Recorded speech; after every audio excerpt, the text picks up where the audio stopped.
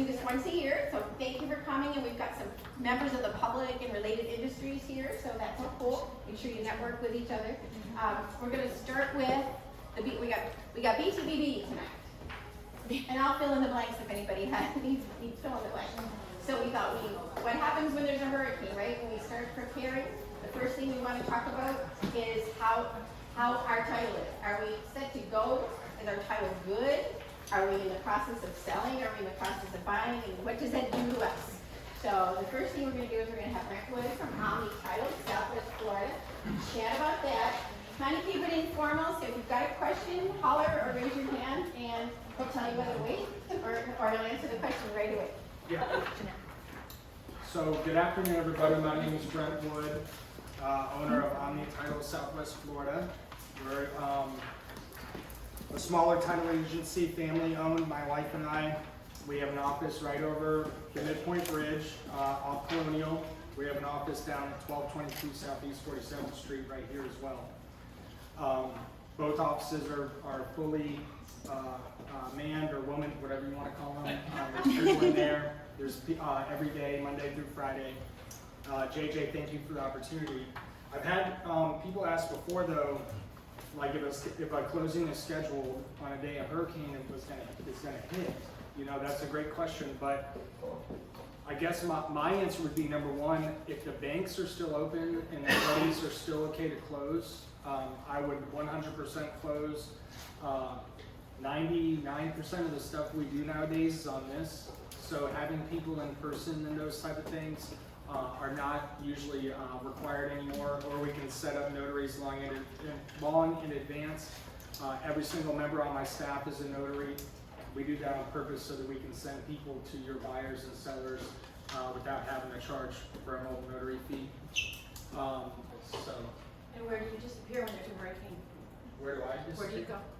Do you leave town? I stay at home. You stay at home? Yeah. So We have 5 animals, or 5 dogs and 3 cats, so we just stay at home. But I've lived here my entire life. I've been through multiple ones. Charlie was the worst. Yeah. Yeah, no power for 11 days. And you're reaching out to the realtors and everything as soon as your office reopens? Correct. Honestly, I would stay open. To be honest, if the Wi-Fi is working, we would just work from home and get whatever done. But if the banks are open and people want to close, 100% I'd get it done. And that's when you pull in and look at your contract, because there's wording in there about how long you can wait and all of that good stuff. So everything goes on hold. So that's the good part for us. Nothing crash and burns. Nobody can back out of the deal or anything like that. Right. Unless the house disappears. Well, and then you got and then we got some other things we can deal with. Insurance, yeah. Then we call Tracy and say, construction firm loan with Yeah. insurance money that we're going to get from Blake. Well, they have a special mortgage grant for the hurricanes. Yeah. So I think the most important thing probably for title is make sure they have all their documents, right? That's going to be the hardest part. Keep everything, and if you don't have it in a waterproof container that you've taken off with you, photograph all of your documents and keep them in your cell phone. That's really a cool place to have them. Yeah, and I save them for 7 years, so Well, there you go. anytime you need something from me. Because you just don't know what's going to happen and who's going to lose their stuff, and so the more paperwork you can keep, the better. We have everything stored in that folio. Wrong thing. That was App Files, which has redundant servers across the country. So everything that you put into App Files is not going to be lost at all. So make a personal file for yourself even. Put your driver's license, put your insurance cards, put your blood type even. I mean, all kinds of weird things that you might not even think about could come into play. Especially if you have animals, like you said, if they have licenses for rabies shots and things like that. If you don't have proof of that, they may not let you come back to your property. They may not let your animals come back in. And if your animals get lost, you've got to be able to prove that they're your animals to get them back. Even make sure your chips are updated on your animals right now. Yeah. All that good stuff. And I would suggest start getting supplies now so that 5 days before the storm, when water's out and gas is out and all that kind of stuff. Like my wife and I already have everything we need if one were to hit tomorrow. So we just systematically do it long in advance. Instead of standing in all the lines, the water's going to be out, they're going to ration it. So. And our offices tend to be a place where people gather.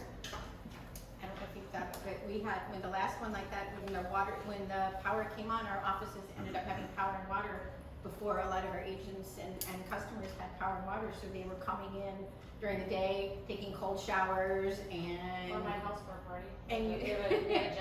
And utilizing all that stuff, so. Anybody's welcome anytime. But there you go, yeah, I mean, think about that, where's, you know, if you're stuck here, where can you go? And where can you work, and how do you connect with each other? Mhm. So, cool. Thank you. Thank you guys. Thanks, Thank Brad. you. I'll be here for any questions. Okay, that was fast. Okay, so we talked about it, everything kind of goes on hold, right? But if your customers are getting a mortgage, now what happens during a hurricane? Or coming up to a hurricane? How do we, you know, how do you deal with it? How do you prepare your customers? How many of you have been through a hurricane? Okay, and some have not gone through it at all. We asked how many people were born and raised here. Okay, how many people are Florida crackers? Oh, wow. So we've been through a hurricane. I've been through tornadoes. In tornadoes, you don't have any kind of warning, which is more difficult. You know, those of us from Ohio and the Michigan, Western states, you don't have any time to prepare. But here you do. So when you're doing mortgages and things like that, we've got time to reach out to our customers and say, okay, what do you do? Don't panic, etc. So what do you do when they call you and they go, oh my God? So, basically, we close our mortgages, we closed everyone up to the day before the hurricane. Everyone, as long as they had their insurance. Now, what happens is that, I know that, we're gonna get to insurance in a minute, but as soon as the box has, a name storm, then they stop issuing insurance. So that means we stop doing mortgages if somebody's not gotten their insurance. So when it's hurricane season, we kind of push people to say, hey, you might want to be prepared to get that quote into a locked-in insurance rate, because then we can close up to the day before closing. And we had a couple clients that said that they did not want to do it, but most of them, they want to close. They want to get in that house. They moved during the hurricane. It's the craziest thing. And so my team, and if you look at my Google reviews, you'll see this is one of them, because it was an agent who was like a fan of ours from, they're like never using anyone else's. We're actually doing her personal mortgage, and so we can work remote from anywhere. So my staff, you know, they're like, I want to evacuate. Okay, I get it. I don't want anyone to, you know, if you feel like that's the safest thing to do, they'll evacuate. The day of the hurricane, of course, nothing's going on, but she was up and running the day after, and when that agent was calling, she's like, no.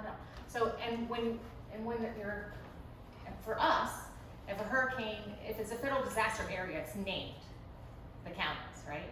Does everybody know that? They name all the counties. So if that happens, then we're required by Fannie Mae FHA to have another inspection done on the house after that. So you have to prepare for that too, and make sure that you have another.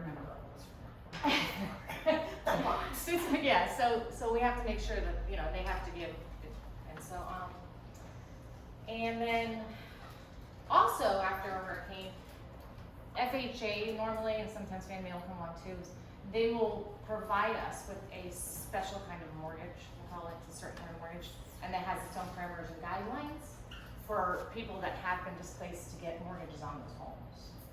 So that comes out after the hurricane, and they give us the guidance on, okay, here's what this mortgage program's gonna be.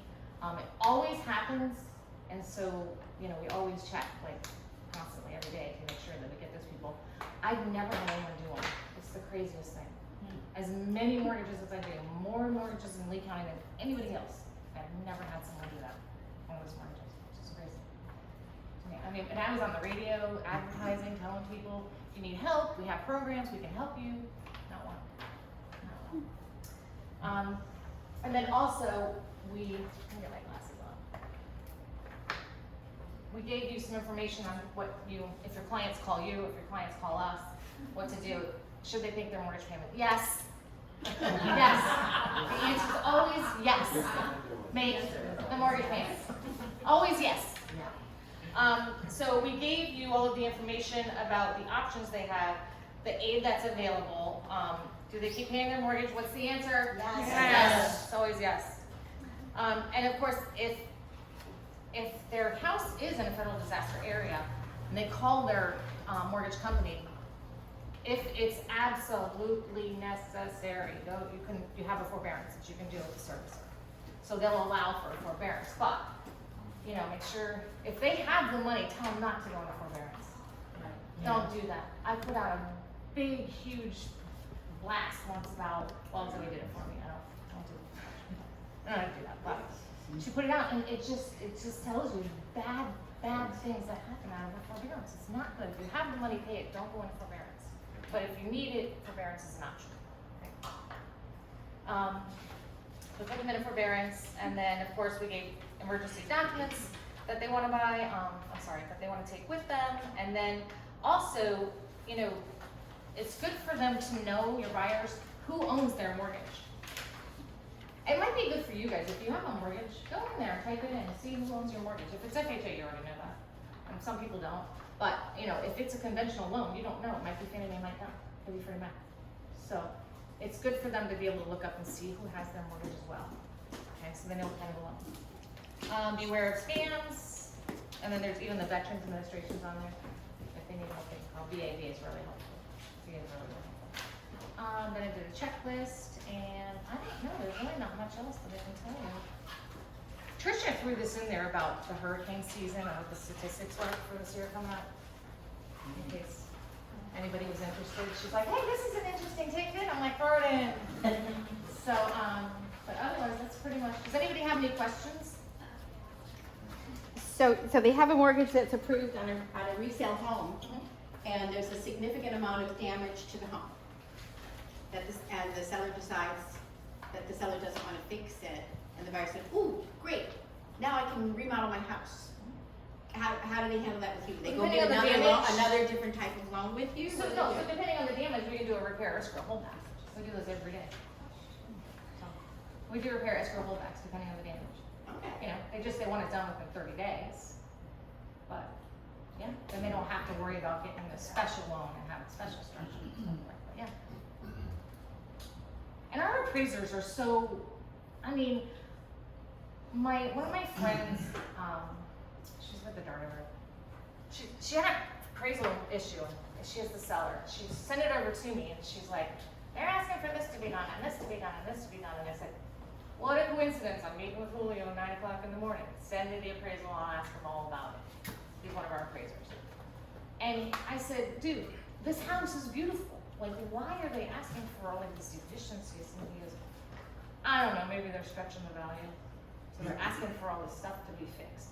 So appraisers do, depending on the appraisers, sometimes they nitpick. Not the ones on our panel, because they'd be off in a second. But some of them do nitpick. Mm-hmm. So you want to make sure that you also, whoever their lender is that they're working with, you don't have control of it all the time. That it's not something that's menial, that's not required, that they're just over, doing like there's a tree laying across. It's not a health and safety issue. It's got to make sense. For us, it needs to make sense. There's a branch through a window. Well, now we got an issue. So, but we'll do a repair escrow. And title companies are good with repair escrow. Yes. Okay. Because there are some title companies that don't like to do that. We just hold all the money until the work is completed. And I usually hold 2,000 more too. We require 1.5 times most of the time, not always. I do have a question though. Yeah. If someone's rate lock expired during maybe a 2 or 3 day where a hurricane hit and everyone's still trying to get back up and running, would they get an extension or would they be like extensions? They don't expire. I mean, it could. We have a tickler system that does not allow that to happen. And if it did, it wouldn't matter because we eat it because it's our fault. So we do an extension. So what happens if you can't get the repair done in 30 days? I mean, you try to get impact glass replaced, I think it's like 6 to 8 weeks. Yeah. We'll make some exceptions on some stuff if we know that that's what it is, depending on if we're going to keep the servicing. We can keep some servicing and we don't have to, so we have the options for that. So, I mean, we had we did a repair escrow on a seawall. So, and that took, I think, 4 months. So, yeah. We don't want to throw other lenders under the bus, but there are lenders, that shoot to the moon. No, online, and they will not cooperate with you and be flexible when there are issues. So you need to have somebody who has that flexibility, like a correspondent lender, because they can do that. Otherwise, their deals are all just gonna like crash and burn. Documentation is so important. Yes. Again, because that's what the lenders are gonna be looking for. You know, what have you got, what's going on in the house? Find all that paperwork. If you're the seller, make sure you've got all of your warranty information and everything relating to that house, surveys and all that. Have that together so that you can use it to help get the sale through, because once the internet goes down, I mean, we might be up running for business, but it might be a long time before all these other pieces of the puzzle are coming together. And if you've got paper documentation or a way to get to that information, you can close something that maybe other people can't close. So I asked this question last night. Do you guys have paper documents of every single account you own? So like every month I get a statement, I'll throw the previous one away. I always keep a statement, paper document. And she was like, I said, well, everything on the internet went out, you've got your documentation. There's no way so every time I keep every time I always keep a copy. Always keep paper copy. And if you don't do paper, put it on a separate disk or a little drive, and carry that with you. Me too. Well, if Old you have to school. leave town, I will tell you, a lot of paper can be It's all right can be out there. there. Buy a waterproof backpack from Bass Pro Shop and put your important stuff in there. Or bring it to my house. I'll put it in the safe.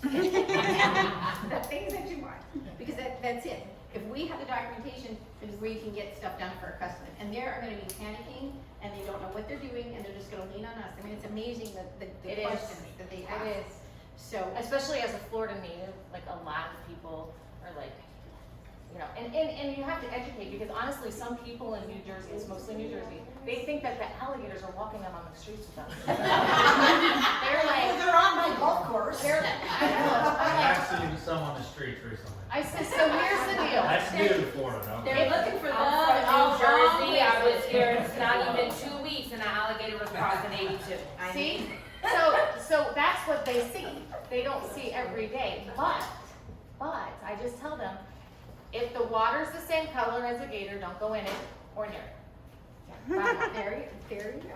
Right? And leave your golf ball on the gator's mouth. Yeah, oh yeah, that's, Go get golf. I'll take a stroke on that. I'm good to go. No way. Anyway, There you anything go. else? Insurance can kind of take over, Sure. and now he's at your mercy. Absolutely. Well, I'll just give a quick introduction. Blake Chapman with State Insurance USA. So we're a full lines insurance agency, personal lines, commercial. A lot of familiar faces, but you know, I guess really, what's the number one thing? It's just protect your family first and foremost, right? That's why we're important. Property can be replaced, but it matters what your insurance policy has in it. That's the one thing that I always tell our team is like, hey, it's only a piece of paper till you need it, you know, or whatnot. And so it's vitally important what's in that piece of paper, or those papers. It's actually a bunch of documents, right, or what have you. Several, and I can tell you, I was running back and forth to my father's office when Hurricane Charlie hit in 2004, so I got to see that. It was catastrophic. He was one of the largest agents up there with several thousands of claims or what have you. So got to see that firsthand whenever Hurricane Charlie came through. The devastation, lines out the door. It was a little bit different when Irma came. You know, it was a huge storm, so it impacted a whole lot larger area or whatnot. It was a little bit different though. When the lines were out the door, because there's a lot of technology these days when it comes to find that out. So if you got a homeowner's policy, I would do that now, or advise your customers too, maybe whenever they're purchasing a homeowner's policy. What's the best, most efficient way to file a claim in the event I need to? And you know, what's the number to call? Or a lot of those you can do online these days. When you rent from an app, that really is the fastest way. I know a lot of times agents, you want to talk with your agent first on those things, but at the time of the catastrophe, a lot of carriers over the last 5-6 years have built that out. So I'd say that's probably first and foremost. What is on my policy or my customer's policy, find out what's the fastest way to file a catastrophe claim, and that speeds up the process. You know, and a couple other of the big pieces, right? Roof damage is a big thing during a hurricane. Who are they going to call? I think it's vitally important on that, just to even tarp the roof, if they need to, or what have you. But, you know, I guess when it comes to the deal or the transaction piece, you know, so there's like a 30-day window with most companies on how far out we can bind a policy. Some are 45. You know, so like right now we're working on a lot of probably July closings just in my office. I'll give you an example. So you got that 30 days out. A lot of times from a mortgage side, I think they need it in order to get a cleared close or whatnot. But yeah, I would say get those binders of insurance early. Don't wait till we get inside the box. Every carrier has really, there's a state box that kind of Citizens uses, which is a state carrier, but then every carrier can be a little bit different. We've got some partnerships where we're actually online for a little bit longer than some, so depending on the carrier. So it's not as perfect science. Everybody starts falling in suit, and it's within like a few days. Yes. Do they follow the Wink TV box? That's You know, you'd be surprised. They follow a lot of their own like data and analytics and stuff. So, but yeah, no, I know what you're saying. Absolutely. So yeah, I would say get out in front of that as far as you can.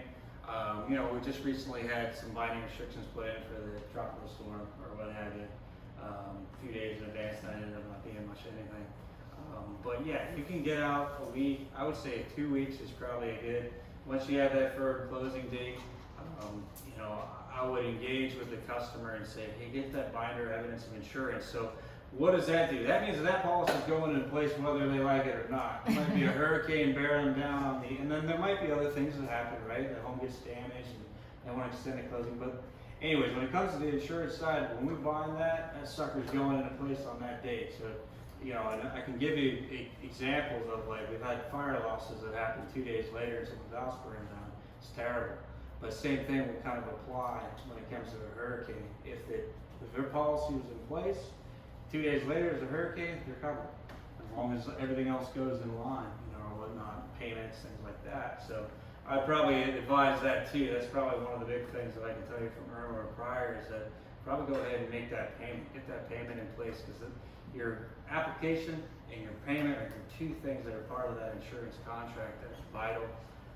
You know, flood insurance as well, that activates you with a payment. Some mortgage companies will take an application and an invoice. Believe it or not, that's not a flood insurance binder. I've never seen one. So an application and a payment is actually evidence of insurance and you know, whatnot. So get those two things I would say are real important. And get out early on, you know, I mean a couple weeks, any agent can get that. I told you there's a 30-day window at a minimum.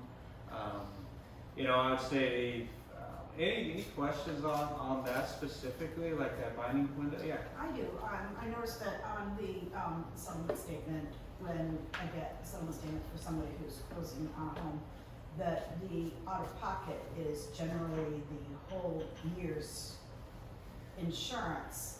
So you're recommending for them to pay that ahead of time before closing? I mean, that's all up to them. I mean, as far as a lot of times they're paying for it anyways.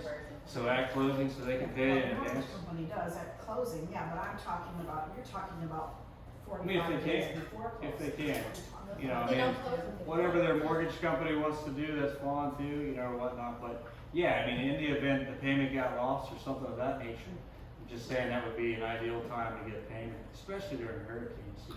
It's just something to be proactive on. But yeah, I mean, if you're gonna pay it at closing, I mean, it's not a problem. But someone will want to be following up, make sure that it gets there. That just avoids it getting lost in the mail, or, you know, because there's a chance, even though that binder's in place, if that payment never reaches there. Yeah, but the you're title covered. company should be taking care of the payment. Yeah, Right, yeah. okay, so that's. Should be. Should be. Should be. And Should be. you have a very short period of time afterwards, if they haven't found their insurance and everything goes on hold, Yeah. and you're covered in your contract, if you haven't read your borrower contract, that's in G, standard G. But after everything comes back to play, because everything goes on hold, but once everything goes back in, then you have a full 7 days, which is not a tremendous amount of time.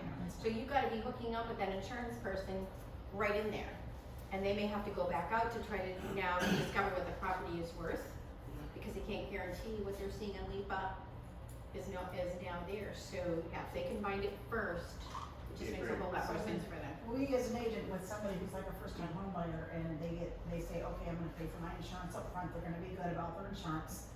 So we have to check that title statement, you have to have proof that they paid the insurance up front, and it doesn't do that. Title Title company. company, so that they don't get double booked for it. Okay. Well, and that's, Yeah, yeah. you know, I No, and that's good, that's why you use a title company that provides prelims, because that's why we're Right. always screaming at you, get prelims, check it, you know, and do that kind of thing. Yeah, and I was gonna say for us, for any flood or HOI, our staff calls the insurer on the day of closing, confirms the overnight address, and I pay for a FedEx overnight on every single one. Never put a USPS, ever. And always call, because sometimes, like, you can't send a FedEx to a PO box, so, or like, It's great. you're using somebody here in Fort Myers, but really they need payment in Atlanta or whatever, sometimes the invoice doesn't reflect, so my wife actually calls every single insurance company, and we pay for a FedEx overnight on every single one. There you go. Cause Yeah. they'll cancel it if they don't get that. Yeah, I mean, just one of those things to be proactive on for sure. I mean, working with a title company that's, Yeah. well, we see checks coming in from several, and yeah, I mean, they'll pay the flood to the home carrier a little bit. Some aren't as good as others, Yeah, if you right? miss it once and your customer calls you after she's closed on her house and says, how come I have to pay the insurance company, then you know it's. Yeah, absolutely, for sure. But, yeah, so there's some good advice. Some good advice. Absolutely, on that. But yeah, once the binder's in place, they're good. If we needed to change anything effective date wise or whatnot, you would want to make sure there's not any damage. I'm not saying that because all carriers have 90 days to go out and look, things of that nature. So you'd want to, I'm just giving you advice. I would probably do a discovery on that stuff. Make sure there's not any issue or anything like that, because that could pose them. Every insurance company has a 90-day period to underwrite a risk.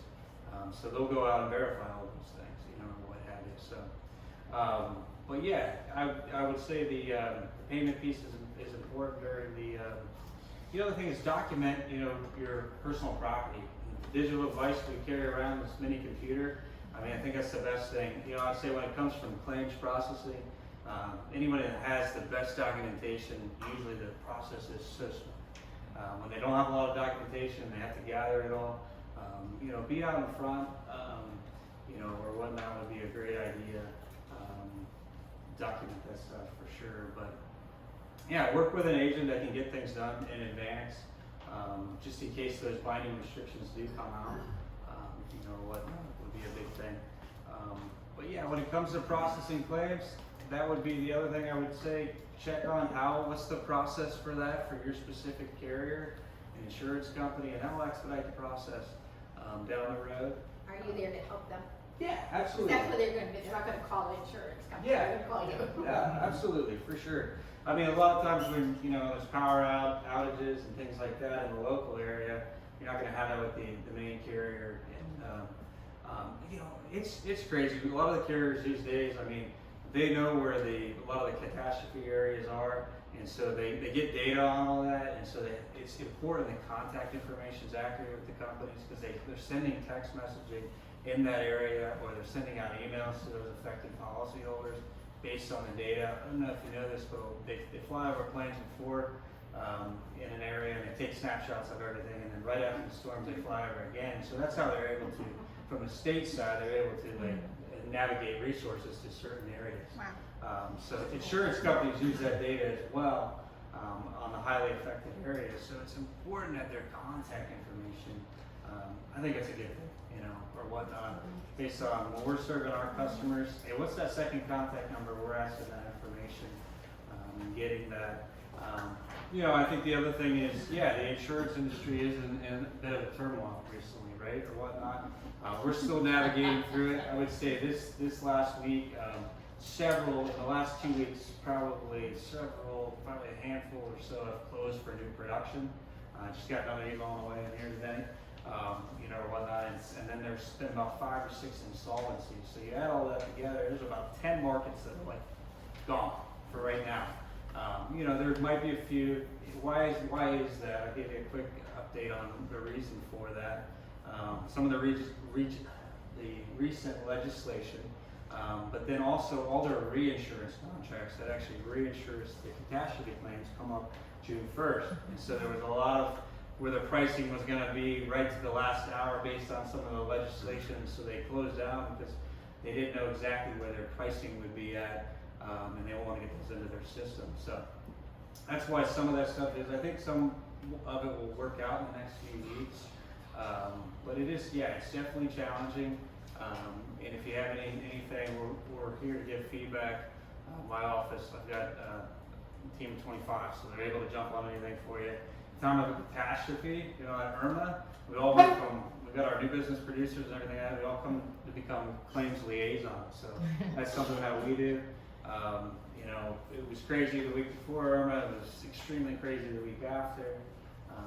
But yeah, and seeing a wide range of things from major flood losses and keys to hurricanes and roof damage, stuff like that. Yeah, So talk about flood. And flood, the new 2.0, I'd rather not. No, I'm just kidding. But they, Does he have to? yeah, you know, so I guess the biggest thing when it comes to flood insurance, especially in the Cape, is I would say get that, which you probably know this if you don't, but get the prior national flood insurance policy. It can matter a lot when it comes to the pricing.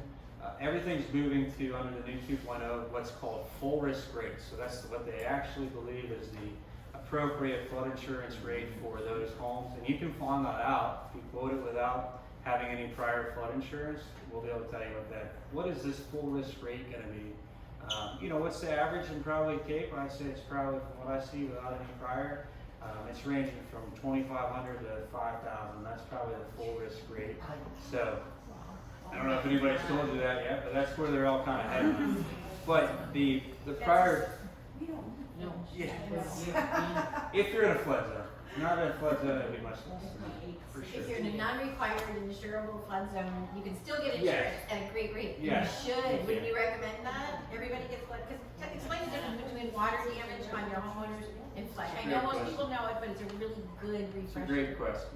So, flooding's just rising water from the ocean and rivers, storm surge. So anything coastal, canals, all that coming up, flash flooding from the rainstorms or whatnot. The one that's covered under your homeowners is typically a pipe break. So any accidental discharge of water is what we call it in our world, or roof leak or something of that nature. So that's really the difference there. Flood insurance can be purchased in lots of different ways these days. You got private flood insurance and you got the National Flood Insurance Program. We utilize both of those. I would say all agencies do, but we utilize both. You know, they only go up to $250,000. Some of the private go to $500,000. You can get excess depending on the home, or the location. So we use those as well. The extra flood insurance policies. But yeah, I mean, flooding is a major risk. I used to have a great slide that I would do before kind of the hurricane things. When it comes to natural disasters, like the number one storm, I believe, was Harvey that hit almost Katrina. You know, it was based on the flooding, and then number two is Harvey because of all the flooding that happened in Texas, you know, or whatnot. So flooding is the number one largest, most expensive catastrophe that's out there, more than anything. But yeah, I think the navigation, you know, through the 2.0 stuff. So they're using like 8 different rating factors. I'm not going to be able to spit them all out. It used to be 2 things, right? We used to use the where is it located and flood elevation in relation to what's required. Well, those are like 2 of the 8 now, and they don't make as much of a difference anymore. That's why you're seeing brand new homes where the flood insurance can be $4,500 or something like that, just based on location. Those two. Huge thing like that. And we were talking about securing property. I can't put a storm shutter up to save my life. You know, those of us who don't have electronic storm shutters and stuff like that, right now we're looking to find some vendors that you can make a contract with, so that when there is a storm coming and you might have to leave, you can call them, get that put together. That's a really good thing to do for your customers as well, because they're looking at them in the garage and they're going, oh, that's really cool. You know, the storm's coming. Now what do I do with it? You know, your 75-year-old customer there's no way he's not going to be able to do that. You know, so try to help them get prepared for things like that, especially if you have rental properties. You know, it's the tenant's responsibility generally in their leases to secure the property. So make sure that they're aware of it and say, oh, do you have somebody? Maybe we can help you get a name of somebody so that's out there. You know, and part of the stuff that we have to do after the storm as realtors, if there are listings and our friends, right, are as soon as we can and it's safe, you're contacting your customer, you're going out and looking at the property, going to see if you still have something that's worth selling, right? Or not, you know, and make sure they're okay. They may decide that, some people who just, we've been in our sphere of influence, they have decided, this is it, I'm done, I'm out of Florida, you know, sell my house. So if you touch base with all those people, and there's great hurricane letters and things right now, send them out. We've got hurricane books that Bill, thank you, and Bill's our next final speaker coming up, you can come on up. Lee County Emergency Management Services puts together these fantastic books, hurricane guides every year. They're not full of advertising or anything like that. They're not a commercial piece. They are a public service thing. So we have a whole box over here. So if you want to take additional ones to pass out to your customers, there's a little sticker on here and do all that. You know, so our county did a great job of it. Bill's been through a gazillion million hurricanes. They won't let me retire. So, no, you can't retire. You have a horse No. to feed. The reason they keep me around is because I know where all the bodies are buried. There you go. All right, good afternoon, everyone. I picked up a lot of good information just listening to these other speakers. And as old as I am, you're never too old to learn. Basically, I'm going to go through this pretty quick. This is something, there we go. All right, here, this is just a slide of the Emergency Operations Center. Level 3 is our normal day-to-day. That's our situation room. Level 1 is when we fully activate. That's when all the county departments, municipalities, federal agencies, state agencies all come into the EOC. Okay. Of course, technology, as the old guy, I'm still trying to keep up with it. But these are our alert apps that you could download off your stores, whatever, Android or Apple. Yeah, the apps. This information is in the all hazard guides. And it's not just for hurricanes, it could be for active shooter, hazmat incident, brush fire, if you have to evacuate. So I would suggest you download these for information purposes.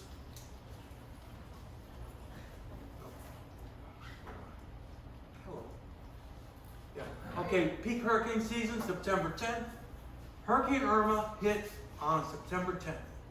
So when it hit, it was peak hurricane season. And you see how it goes up and then how it goes down.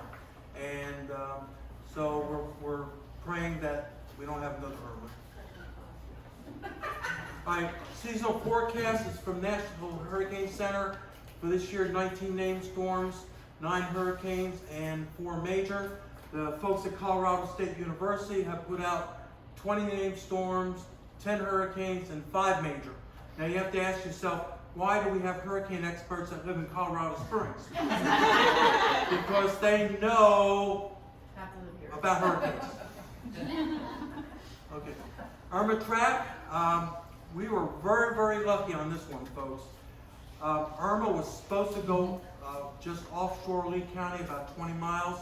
If that would have occurred, we would have had 15 feet of storm surge over Fort Myers Beach, over parts of Cape Coral, the islands.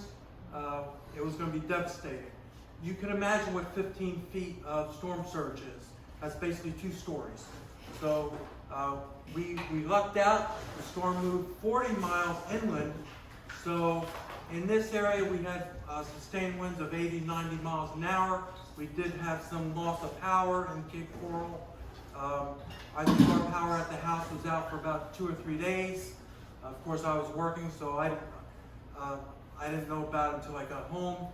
My wife evacuated with our dogs, and she, in the evacuation part of it, she went to like Savannah, Georgia. She stayed one night. They told her that she had to leave the next day because the cone of the storm went all the way up through like South Carolina. So as she was going up the East Coast, she stayed one night in a motel, and she was told that she couldn't stay there another night. So she finally went to Virginia and stayed with a niece of mine.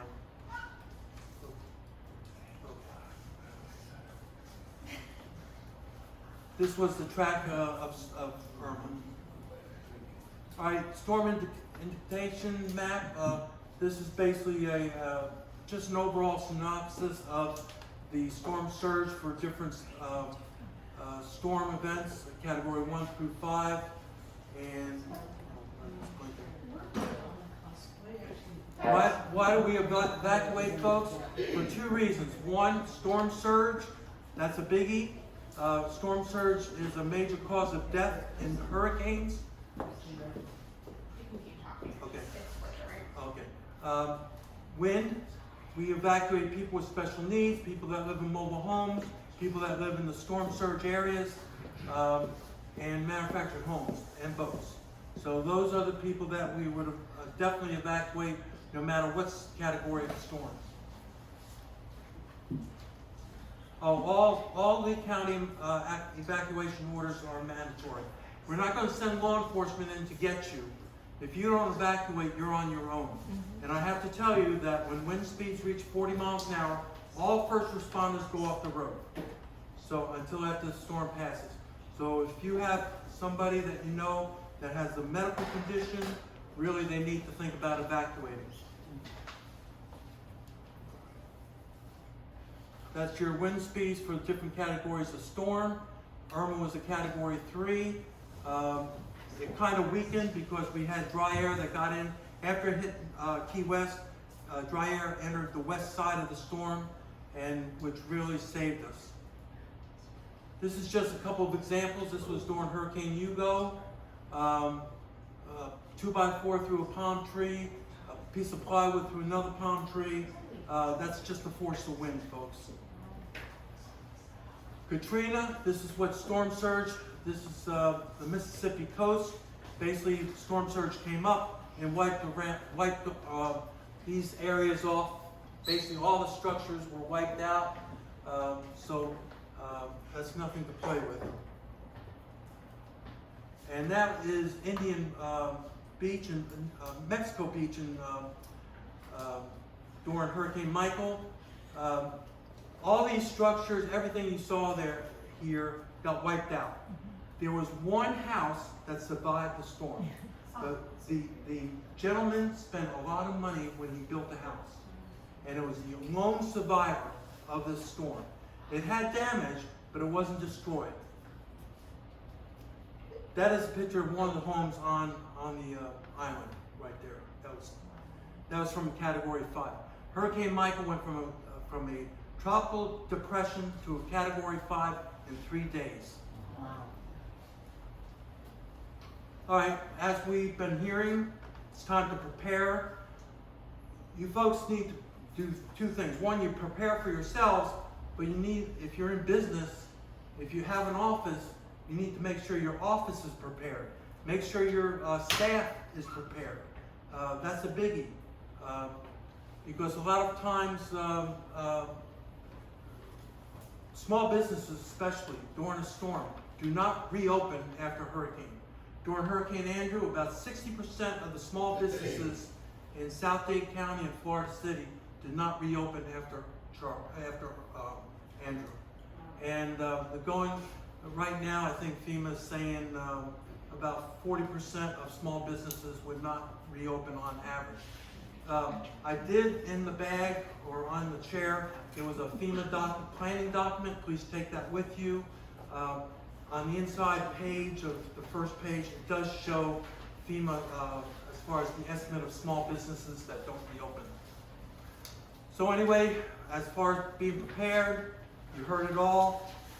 Document your paperwork.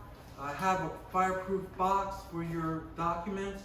Have a just be ready to go if you need to. And not just for a hurricane. You could have a house fire. You could have something occur that you need to get out really quick. So I would suggest keep a small suitcase in your trunk of your vehicle. Because if you have a house fire at 1 o'clock in the morning, you're going to be running out to the street in your underwear or night clothes or whatever. And so it's best to have that extra clothing. JJ? I'm gonna see the guys in Bridgerton. JJ, make sure, especially you, JJ, make sure you have a suitcase ready. That might make a calendar girl, calendar. There's an idea. That could be the cover. You can sell a hell of a lot of calendars. All right, Lee County evacuation zones. The red is zone A, and then we have the 5 zones there. Now what we will do in the county is if we have to order an evacuation, and during Irma, we did evacuate about 500,000 people from the county. But we will ask for zone A to evacuate first. Then we may wait 8 or 12 hours and say, zone B, go to evacuate. The problem is, if people aren't ready to evacuate, it's going to slow up the whole mechanism. You've got to remember, we're not the only game in town. We've got Collier and Charlotte. Everybody else is evacuating. That's why we saw traffic on I-75, a normal 2-hour trip taking 8 hours. So you got to be ready for this stuff, folks. We don't want to scare you, but you got to be ready for it.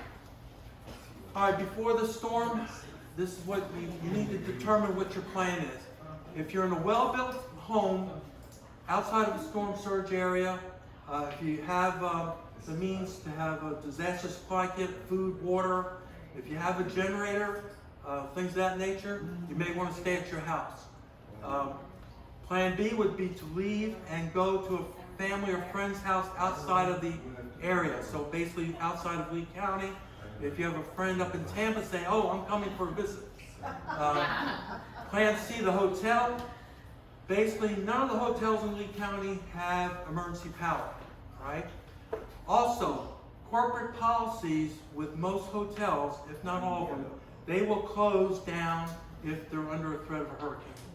They have a corporate disaster policy which will mandate the managers from closing the doors. Question on hotels. Do you Yes. make like reservations? Okay, what I would suggest in your disaster plan is find some hotels like in the Ocala area or maybe in the Miami area, depending on the track of the storm. So remember, you could cancel that reservation in 24 hours, so you're not going to be charged. So you can make it, in your plan, have a couple names of hotels in Tampa area, Ocala. If we see a storm that is going north of us a little bit, then you could look at maybe Miami area. So that would be part of the plan, is to have a couple hotels that you can call up, make reservations for, and like I said, you could always cancel the reservation if the storm changes. And ask Yes. if they're pet friendly. That too in Orlando, like so the Walt Disney World resorts, all their utilities are underground. So the chances of them losing power are, so who wants to leave the happiest place on earth? But As far as pets are concerned with hotels, during Irma, a lot of the hotels that did not have the policy of allowing pets, allowed pets to be in there. They even waived their pet policy. Yeah, they waived I their have to pet say, policy. Kat and I, we experienced every hotel we went to from Georgia, South Carolina, and on up. We're so friendly and let people in, cats and dogs. I mean, it was not a horrible experience. Yes, my wife walked into a hotel with 2 dog bowls in one hand and a bottle of rum in the other. All she had to do was say she was a calendar girl. All right, Plan D is emergency shelter. Okay, folks, right now we have a population of about 750,000 people. We have enough shelter space in this county for 40,000 people, max. Not every school that is listed in our guide is a hurricane shelter. We call them emergency shelters because they may be used for other events like brush fires or hazardous material spills or whatever. But we do not have enough shelter space for our citizens. Basically, all your customers, where do they want to live? They want to live along the coast. They want to live along the river. And the insurance agent can tell you, Great place to live. great place to live. That's where he makes his money from. So anyway, the emergency shelter should be your last resort. Please. Unless you want to go into a gymnasium with 800 of your best friends with screaming kids and no AC. And no food. No, we'll try good food. No rum. No rum, no, and no guns. Alright, that's Hertz Arena during Irma. Hertz Arena, we had a capacity of, on paper of 6,500. We had 10,000 people in there. The reason for that is that we had people that were on the interstate trying to evacuate, and just as the storm was approaching, had to get off and find someplace safe. So law enforcement directed them to Hertz Arena. Of course, Collier County wasn't doing us any favor. When people were calling about near a shelter, they were saying, "Oh, just go Lee County into Hertz Arena." Okay. Is that you, Bill? No, it's not me. Me, that sounds like my Lincoln. Yes, Gina. Okay, good. I thought I was in trouble there. Okay, so that was Hertz Arena, and we have, matter of fact, Hertz Arena, we have an agreement with Hertz Arena with Lee County. So after this was all said and done, we had to go back, and they just got done doing it. We modified the roof. We made it a lot stronger. We spent about $3 million on replacing the roof on Hertz Arena, but we made it stronger because during this time we had water coming in from the ceiling. The AC units got blown off the roof, so all that had to be repaired and replaced. And we have we put a permanently mounted generator there. We've done a lot of things, but we have a long-term agreement with Hertz Arena. Our shelter program, basically general public population shelters, what I talked about. Pet friendly. Irma was the first time that the school district allowed people to bring their pets into school shelters. Luckily, the superintendent allowed that. A couple caveats: the people had to bring their pets in crates, they had to bring their own food and water, and they had to have their vaccination records and everything else. Also, people coming into the general population shelter, law enforcement will be there to do a quick background check for sexual predators. JJ, so don't go to them.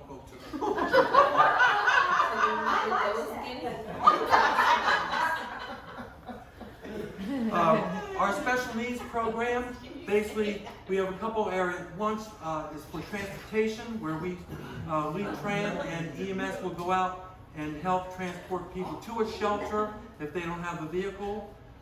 Basically, Lead Tran sets up a special bus route, like on Pine Island or some other areas of the county, and they pick up people at bus stops and then take them to a shelter. Our medical special needs program, we have about 800 people or so on that program. These are people that have to be like on dialysis or some major medical situation.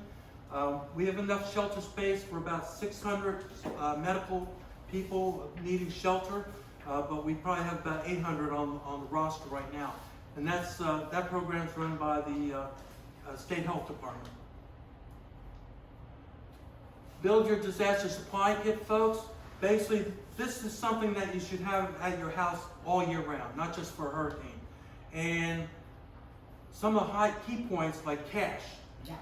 Cash, remember, we lose electricity, you're not going to use your ATM card, you're not, so we suggest that you keep a certain amount of money for evacuation or for buying food. What would happen is that even if the grocery stores are damaged, a lot of times, like Winn-Dixie will come in with tractor trailer loads of food, and they will sell the food right off the back of the truck. But you got to pay cash. That's it. Also, make sure you have your medication, cell phone chargers, and things of that nature. But like I said, this information is in the All Answer Guide. This should be part of your year-round kit that you keep in your closet. These are photographs of store shelves just before Irma hit. Basically, cleaned them out. Before the storm, this is some of the things that you should do. Like, for example, trim your trees, clean debris from around your property. If you have lawn furniture, if you're looking for a place to throw it, if you have a pool, throw it in your pool. It's not going to go anywhere. I would drain some of the water out of your pool, allow for that rainwater from the hurricane to fill it back up. See, this information's in your all hazard guides too, so turn up your refrigerator, freezer to try to save the food for as long as you can. And shut off your emergency water and gas if you have that. After the storm, what will happen is that our first responders, what will happen is 911 will record all 911 calls that come in, even if we can't respond. As soon as it's cleared out, they will send Cape Coral Fire, EMS, Estero Fire, whatever. They will start going down the list of calls to get to service those people. Impassable roads, that's going to be an issue. The way it's going to work is that the state will clear the state roads, like for example, I-75, US 41. The county will work on the major roads like Del Prado, Pine Island Road. Pine Island's a state road, but you see where I'm going from. And then eventually we will get into the residential areas of the clearing process. If you have debris on your property, you have to bring the debris to the curb. Government, we cannot go on your property. That's forbidden. All right. That's why we live in a free country. We will not go onto your property to clear. You have to bring that debris to the road. All right. Now there are organizations that, and you will see this information on TV. We do have volunteer organizations that come into the county that are reputable. That if you call our 211 hotline, a lot of times we will be able to give you that information, contact information. But we don't stand, we're not saying that, we're not guaranteeing anything, but we know if this religious group comes in that they've had a history of helping clear debris. Power outages, of course, we know what's going to happen with that, and damage to sewer systems and telephone service. After Irma, the cell phone companies spent a lot of money to retrofit and improve the cell towers. So hopefully we'll have better cell coverage during the storm, but I'm sure we'll still lose cell service.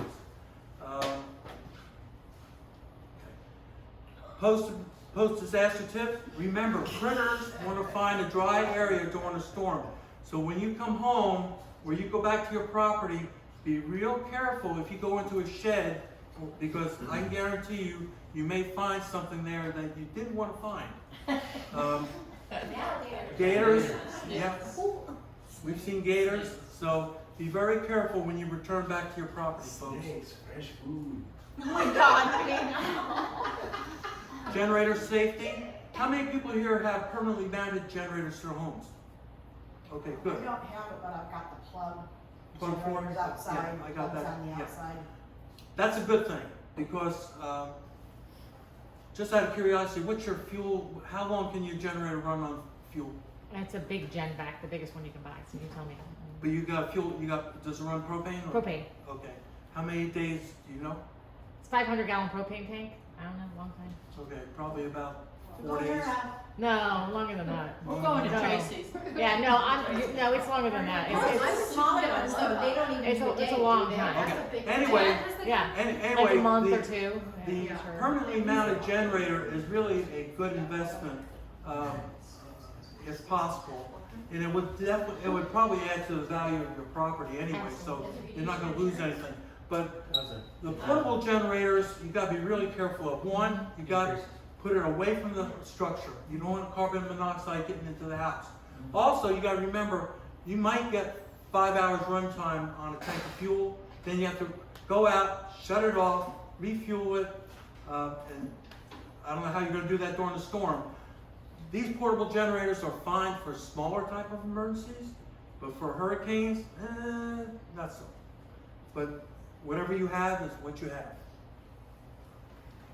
All right, stay informed, of course, social media. We will be broadcasting, we have agreement with WGCU. They will have a reporter at the EOC, and they will be sending that information down to their radio station at FGCU. Also, just some of our local TV stations like Fox and Wing TV have agreements with WGCU that they will move their operations down to their studios to help with their people also. So that's just something to. So our local media also has a plan of action.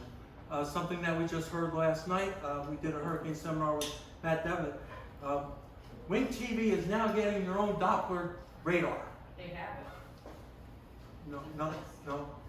Their Live. very own Doppler radar, and it's going to be 3 times the strength of BBHs or Channel 2s. Yeah, they made a big deal about it. You know, like, so anyway, that's just an interesting fact. So now NBC2 can't say they're the only ones with a Doppler radar, and I think it goes into effect on Monday. All right, insurance. Of course, we heard from the insurance guy, so I won't even challenge him. He knows his crap, so no problem. Remember, FEMA will not rebuild your home. They'll give you a stipend for certain things. So homeowners insurance, make sure you got it covered, folks. Make sure. I suggest that, we tell people on a yearly basis, check with your insurance agent, review your plan, and so hopefully we don't have to use it. I'm sure the insurance companies would love that too, but EOC operations after the fact, that's just some of the things that we do after the storm. We were activated for Irma for about 4 months afterwards, and Lee County had about $175 to $200 million in damages from the storm. So, and that's our all hazards guys. Thanks, folks. Thank you.